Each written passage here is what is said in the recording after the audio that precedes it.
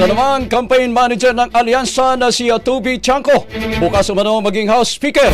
Mula sa Kamara, Brigada Haji Caaminyo, i-brigada mo! Brigada Live Report. Kinumpirma ni Alyansa para sa Bagong Pilipinas Campaign Manager at Navotas City Representative Toby Tiangco na may ilang mga kongresista na nagpalutang ng ideya ng pagbabago sa liderato ng Kamara. Ayon kay Tiangco, nagpatawag ng pagtitipon si Speaker Martin Romualdez at may mga mambabatas umanong nagtanong sa kanya kung dadalo sila at pipirma ng statements of support para sa kasalukuyang leader. Bukas umano si Tiangco na maging susunod na Speaker ng Kamara. Ngunit nilinaw nito na hindi niya aktibong hinahangad ang naturang posisyon at nais lamang natulungan si Pangulong Bongbong Marcos. Giit ng kongresista, sinayang lang ng kasalukuyang liderato ang political capital ni Marcos.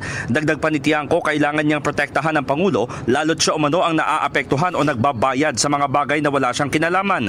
Partikular na rito ang impeachment complaint laban kay Vice President Sara Duterte na anya'y ipinilit lamang ng Kamara.